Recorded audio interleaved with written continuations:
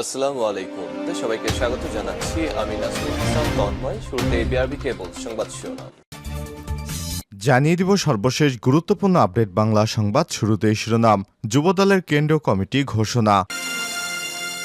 এরপর জানিয়ে দিব কোটা নিয়ে আপিল বিভাগে শুনানি বুধবার। সরকারি চাকুরিতে সরাসরি নিয়োগের ক্ষেত্রে নবম এবং ১৩তম গ্রেডে মুক্তিযোদ্ধা কোটা বাতিলের পরিপত্র অবৈধ ঘোষণা রায়ের বিরুদ্ধে রাষ্ট্রপক্ষের আবেদনের উপর শুনানি আগামীকাল বুধবার। এরপর জানিয়ে দিব কোটা এবং পেনশন আন্দোলন সতর্কভাবে পর্যবেক্ষণ করছি বললেন আওয়ামী লীগের সাধারণ সম্পাদক এবং সড়ক পরিবহন ও সেতুমন্ত্রী ওবায়দুল কাদের। এদিকে পিএসসির প্রশ্নপত্র ফাঁসে গ্রেপ্তার ১৭ জনের ছবি এবং পরিচয় প্রকাশ। বাংলাদেশ সিভিল সার্ভিসেস বিসিএস পরীক্ষা সহ ৩০টি নিয়োগ পরীক্ষার প্রশ্ন ফাঁসের অভিযোগে সরকারি কর্ম কমিশন পিএসসি ঊর্ধ্বতন ৩ কর্মকর্তা সহ ১৭ জনকে গ্রেপ্তার করেছে পুলিশের অপরাধ তদন্ত বিভাগ সিআইডি। এদিকে প্রশ্ন ফাঁসের ঘটনায় ৩ সদস্যের তদন্ত কমিটি গঠন। এবং সর্বশেষ জানিয়ে দিব ইউক্রেনই তাদের সবচেয়ে বড় শিশু হাসপাতালে হামলা করেছে। ইউক্রেনের রাজধানী কিয়েভ এবং বিভিন্ন শহরের ৪০টিরও বেশি রাশিয়ান ক্ষেপণাস্ত্র আঘাত হেনেছে বলে জানিয়েছে ইউক্রেনের কর্মকর্তারা। গতকাল পরিচালিত এই হামলায় অন্তত ৩০ জনের বেশি আহত হয়েছে। এদিন দেশটির সবচেয়ে বড় শিশু হাসপাতালে হামলা হয়েছে। মুহূর্তেই ধ্বংসস্তূপে পরিণত হয় হাসপাতালটি। রাশিয়ার হাসপাতালটিতে ইচ্ছাকৃতভাবে ক্ষেপণাস্ত্র হামলা করেছে বলে দাবি করেছে পশ্চিমা বিশ্ব। তেমনি বিশ্বব্যাপী নিন্দার ঝড়ও বইছে। এমন সময় নতুন এক দাবি সামনে এসেছে। আল জাজিরার প্রতিবেদনে বলা হয়েছে, রাশিয়া হামলার দায় অস্বীকার করেছে। তারা বলছে, রাশিয়া এখনও সাধারণ নাগরিকদের লক্ষ্যবস্তুতে পরিণত করছে না। হাসপাতালটিতে ইউক্রেনের আকাশ প্রতিরক্ষা ব্যবস্থা মিসাইলে আঘাত হেনেছে। প্রিয় দর্শক, এতক্ষণ শুনছিলেন সংবাদ শিরোনাম, এবারে বিস্তারিত। তবে তার আগে বন্ধুরা, আপনি কোন স্থান থেকে আমাদের সংবাদটি দেখছেন কমেন্ট করে জানিয়ে দিন এই সংবাদ সম্পর্কে আপনার মূল্যবান মতামত। প্রিয় দর্শক, আপনি যদি আমাদের চ্যানেলে নতুন হয়ে থাকেন, ভিডিওটি দেখতে দেখতে চ্যানেলটি সাবস্ক্রাইব করে রাখুন, যাতে করে বন্ধুরা আমাদের লেটেস্ট আপডেট সংবাদগুলো সবার আগে আপনার কাছে পৌঁছে যায়। এবারে বিস্তারিত। যুবদলের কেন্দ্রীয় কমিটি ঘোষণা। জাতীয়তাবাদী যুবদলের আংশিক কেন্দ্রীয় কমিটি ঘোষণা করা হয়েছে। আব্দুল মোনায়েম মুন্নাকে সভাপতি এবং নুরুল ইসলাম নয়নকে সাধারণ সম্পাদক করে আংশিক কমিটি ঘোষণা করা হয়েছে। মঙ্গলবার সিনিয়র যুগ্ম মহাসচিব অ্যাডভোকেট রুহুল কবির রিজভী স্বাক্ষরিত এক বিজ্ঞপ্তিতে এই ঘোষণা দেওয়া হয়। বিএনপির সংবাদ বিজ্ঞপ্তিতে বলা হয়, দলের ভারপ্রাপ্ত চেয়ারম্যান তারেক রহমানের নির্দেশক্রমে বিএনপির সিনিয়র যুগ্ম মহাসচিব রুহুল কবির রিজভী স্বাক্ষরিত এই কমিটি অনুমোদন দিয়েছেন। উক্ত আংশিক কেন্দ্রীয় কমিটির নেতৃত্ববৃন্দের নাম এবং পদবি নিম্নে উল্লেখ করা হল: আব্দুল মোনায়েম মুন্না সভাপতি, 2 রেজাউল করিম পল সিনিয়র সহসভাপতি, নুরুল ইসলাম নয়ন সাধারণ সম্পাদক, বিল্লাল হোসেন তারেক 1 নং যুগ্ম সাধারণ সম্পাদক, কামরুল ইসলাম জুয়েল সাংগঠনিক সম্পাদক, 6 নুরুল ইসলাম সোহেল দপ্তর সম্পাদক। পরবর্তীতে বাংলাদেশ জাতীয়তাবাদী দলের পূর্ণাঙ্গ কেন্দ্রীয় কমিটি ঘোষিত হবে।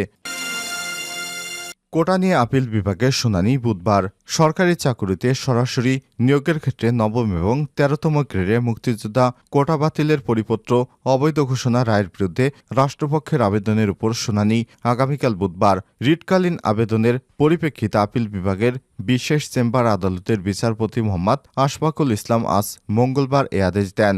শুধু এই মামলার শুনানি দিন ধার্যের জন্য বেলা 11:30টায় চেম্বার বিচারপতি আদালত বসছিলেন।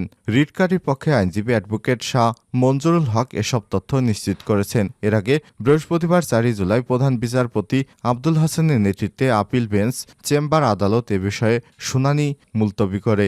বৃহস্পতিবার আর্জি পরিপ্রেক্ষিতে মুলতবিতে আপিল বিভাগ নট টুডে আর্জে নয় বলে আদেশ দিয়েছিল। কোটা সংস্কারের আন্দোলনের প্রেক্ষাপটে 5 বছর আগে প্রথম দ্বিতীয় শ্রেণীর সরকারি চাকুরিতে নিয়োগের 30% মুক্তিযোদ্ধা কোটা বাতিলের সিদ্ধান্ত অবৈধ ঘোষণা করে গত 5 জুন রায় দেয় হাইকোর্ট। এ রায়ের ফলে প্রথম এবং দ্বিতীয় শ্রেণীর সরকারি চাকুরিতে 30% মুক্তিযোদ্ধা কোটা ফিরে আসে। ফলে এ রায় স্থগিত চেয়ে আপিল বিভাগের চেম্বার আদালত আবেদন করে রাষ্ট্রপক্ষ, কিন্তু গত 9 জুন প্রাথমিক শুনানির পর আবেদনটি আপিল বিভাগে নিয়মিত বেঞ্চে পাঠানো হয়। উল্লেখ্য 2018 সালে কোটা পদ্ধতি বাতিল করার আগ পর্যন্ত সরকারি চাকরিতে নিয়োগের 56% পদ বিভিন্ন কোটার জন্য সংরক্ষণ করা হতো। এর মধ্যে মুক্তিযোদ্ধা সন্তানদের জন্য ছিল 30%, নারীদের জন্য ছিল 10% এবং জেলা 10%, ক্ষুদ্র নিগোষ্ঠী 5% এবং প্রতিবন্ধী 1% কোটা। কোটা এবং পেনশন আন্দোলনে সতর্কভাবে পর্যবেক্ষণ করছি কাদের। চলমান শিক্ষার্থীদের কোটা বাতিলের দাবিতে আন্দোলন এবং পেনশনের বিষয়ে শিক্ষকদের কর্মসূচি নিয়ে আওয়ামী লীগের সাধারণ সম্পাদক এবং সড়ক পরিবহন ও সেতুমন্ত্রী ওবায়দুল কাদের বলেছেন, শিক্ষার্থীদের কোটা বাতিলের আন্দোলন চলছে, পাশাপাশি পেনশনের বিষয়ে শিক্ষকেরা একটা আন্দোলন ও কর্মসূচি পালন করছেন। এই দুটি কর্মসূচিকে আমরা গভীরভাবে পর্যবেক্ষণ করছি। মঙ্গলবার 9 জুলাই দুপুর 2টার দিকে 23 বঙ্গবন্ধু অ্যাভিনিউয়ে আওয়ামী লীগের কার্যালয়ে এক যৌথ সভায় তিনি এসব কথা বলেন। তিনি বলেন, অশুভ শক্তি যেন উস্কানি দিয়ে কোনো অস্থিতিশীল পরিস্থিতি তৈরি করতে না পারে, তার জন্য রাজধানী সহ সারা দেশে আওয়ামী লীগ এবং ছাত্রলীগকে সজাগ থাকতে হবে। এ সময় কাদের বলেন, শোকের মাস আগস্টে আরও আসছে। 1 আগস্ট থেকে আমাদের মাসব্যাপী কর্মসূচি রয়েছে। ভাবগাম্ভীর্যের সঙ্গে এই মাসের কর্মসূচি পালনের জন্য আহ্বান জানাচ্ছি। ঢাকায় যারা কর্মসূচি নেবেন তারা কেন্দ্রীয় কর্মসূচির সঙ্গে মিল রাখবেন। এ সময় আওয়ামী লীগের সভাপতিমণ্ডলের সদস্য অ্যাডভোকেট কামরুল ইসলাম, ডক্টর মোস্তফা জামাল মহিউদ্দিন, যুগ্ম সাধারণ সম্পাদক মাহবুবুল আলম হানিফ, আফমো বাহাউদ্দিন নাসিম, ডক্টর দীপু মনি, সাংগঠনিক সম্পাদক BM মোজাম্মেল হক, SM কামাল হোসেন, আফজাল হোসেন, সুজিত রায় নন্দী, দপ্তর সম্পাদক বিপ্লব বড়ুয়া, বিজ্ঞান এবং প্রযুক্তি বিষয়ক সম্পাদক ইঞ্জিনিয়ার আব্দুল সবুর, ত্রাণ এবং সমাজকল্যাণ বিষয়ক সম্পাদক আমিনুল ইসলাম আমিন, আন্তর্জাতিক বিষয়ক সম্পাদক শাম্মী আহমেদ, উপদপ্তর সম্পাদক সাইম খান প্রমুখ উপস্থিত ছিলেন। পিএসসির প্রশ্ন ফাঁসে গ্রেপ্তার 17 জনের ছবি এবং পরিচয় প্রকাশ। বাংলাদেশ সিভিল সার্ভিসেস BCS পরীক্ষা সহ 30টি নিয়োগ পরীক্ষায় প্রশ্ন ফাঁসের অভিযোগে সরকারি কর্ম কমিশন BPSCর ঊর্ধ্বতন 3 কর্মকর্তা সহ 12 জনকে গ্রেপ্তার করেছে পুলিশের অপরাধ তদন্ত বিভাগ CID। গত 7 জুলাই একটি বেসরকারি টেলিভিশন চ্যানেলের অনুসন্ধানী প্রতিবেদন প্রকাশের পর সাঁড়াশি অভিযানে নামে CID। ঢাকাসহ দেশের বিভিন্ন স্থানে অভিযান চালিয়ে তাদেরকে গ্রেপ্তার করা হয়। গ্রেপ্তারকৃতদের মধ্যে রয়েছেন পিএসসির উপপরিচালক মোহাম্মদ জাফর, মোহাম্মদ জাহাঙ্গীর আলম, সহকারী পরিচালক মোহাম্মদ আলমগীর কবির, অফিস সহায়ক খলিলুর রহমান এবং অফিস সহায়ক ডিসপাস সাজিদুল ইসলাম। এছাড়াও রয়েছেন সাবেক সেনা সদস্য নোমান সিদ্দিকী, ঢাবির সাবেক শিক্ষার্থী এবং ছাত্রলীগের রাজনীতি করা এবং বর্তমানে মিরপুরের ব্যবসায়ী আবু সুলাইমান মোহাম্মদ সোহেল, অডিটর প্রিয়নাথ রায়, ব্যবসায়ী মোহাম্মদ জাহিদুল ইসলাম, নারায়ণগঞ্জ পাসপোর্ট অধিদপ্তরের নিরাপত্তা প্রহরী সাদাত হোসেন, ঢাকার ইমিগ্রেশন এবং পাসপোর্ট অফিসে কর্মরত মোহাম্মদ মামুনুর রশিদ, শহীদ সোহরাওয়ার্দী হাসপাতালের মেডিকেল টেকনিশিয়ান মোহাম্মদ নিয়ামুল হাসান, ব্যবসায়ী সহোদর সাখাওয়াত হোসেন এবং সাইম হোসেন ও বেকার যুবক লিটন সরকার। এদিকে প্রশ্ন ফাঁসে তথ্যের স্বীকারোক্তি দিয়েছে BPSCর অফিস সহায়ক সাজিদুল ইসলাম। তিনি জানান, উপপরিচালক মোহাম্মদ আবু জাফর স্যার 2 কোটি টাকার বিনিময়ে ট্রাঙ্ক থেকে অনেক প্রশ্নপত্র দিয়েছেন। তিনি অবগত আছেন 45তম BCS পিলি পরীক্ষায় প্রশ্ন ফাঁস হয়েছে। দীর্ঘ অনুসন্ধানে পাওয়া তথ্যের পুরো চক্রটিকে আইনের আওতায় আনতে কাজ করেছে পুলিশের অপরাধ তদন্ত বিভাগ CID।